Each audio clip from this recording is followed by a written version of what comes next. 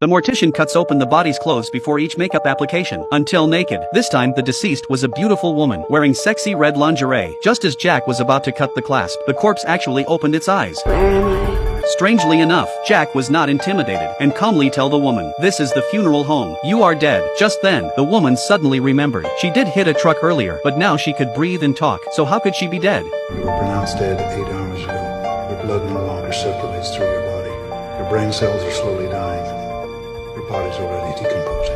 Seeing that the woman still refuses to believe, Jack could only produce her death certificate. It was clearly written on it. Her name was Anna. The cause of death was massive internal bleeding caused by a car accident. Jack then took out a sponge and wiped her wound. Anna asked him what he was doing. Jack said to him, "I'm going to fix your grooming, so that you can look beautiful at the funeral." But Anna still felt she wasn't dead. She begged Jack to let her go. She swore she wouldn't tell anyone, but Old White didn't care. He took a pillow and put it under Anna's head. Then Jack began to stitch her up. Strangely enough, Anna felt no pain at all. Halfway through her stitches, suddenly there was the sound of the doorbell. Jack immediately took out a bottle of liquid and injected it into Anna's body. Anna slowly closes her eyes. The person who came was Anna's mother. She wanted to see her daughter one more time. Seeing her daughter lying peacefully on the morgue, the mother shed tears of sadness. The funeral was scheduled for Friday. She instructed Jack to make sure her daughter was beautifully dressed. She then left the funeral home. Jack sighed nervously. "Hurry and cover Anna with a white cloth." By the end of the night, Anna had gradually regained her intuition. Sitting up from the morgue, she hurriedly felt for her pulse, but she still couldn't feel it. Her pulse was pounding. In her desperation, Anna slammed her hand on the counter, but this made her even more scared, because she couldn't feel any pain. I'm just in shock.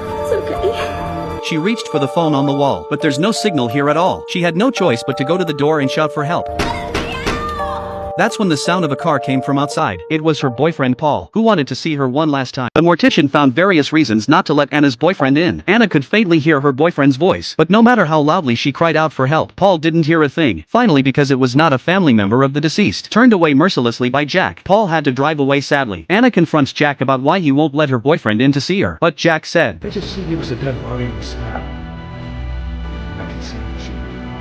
Seeing Jack's unusual behavior, Anna was even more convinced that she was not dead. She thought Jack must be crazy. This day Jack brought her back a beautiful burial garment. Anna loved it. Jack was also seen putting his room key in his shirt pocket. After that he pushed the stretcher to pull fresh bodies. When Jack had driven off, Anna hurriedly took out the set of keys, but there were too many keys, so she had to try them one by one. At this point, Jack, who was still at the gas station, hadn't noticed. However, when he tried to pay, suddenly find the keys missing, he immediately felt bad, rushing to drive back. At that moment, Anna finally opened the door to the room, but she still can't run away, because the door to the villa was locked too. She had to keep trying one by one, wait until the last door is opened. Jack, however, drove back. She could only find a place to hide first, and ready to fight to the death. She knows that if she gets caught, we'll never have a chance to leave this place. Luckily, Jack hadn't spotted her. She came back to the gate, finding that the key stuck in the door had been retrieved by Jack. In a panic, she found a phone in one of the rooms. Anna couldn't wait to dial her boyfriend Paul's number, but what's unexpected is, when the boyfriend heard it was her voice, he actually hung up the phone straight away. The reason is that since Anna's car accident, Paul has never been able to accept the truth. Lately he has been having hallucinations, so Paul suspected that there was something mentally wrong with him. Just as Anna was in disbelief, Jack had crept up behind her. He persuaded Anna to accept reality. This will only add to the misery of those who love him dearly. To get Anna to give up her resistance, Jack rips off a cloth cover. Anna looked at herself in the mirror with deep sunken eyes and a bloodless face.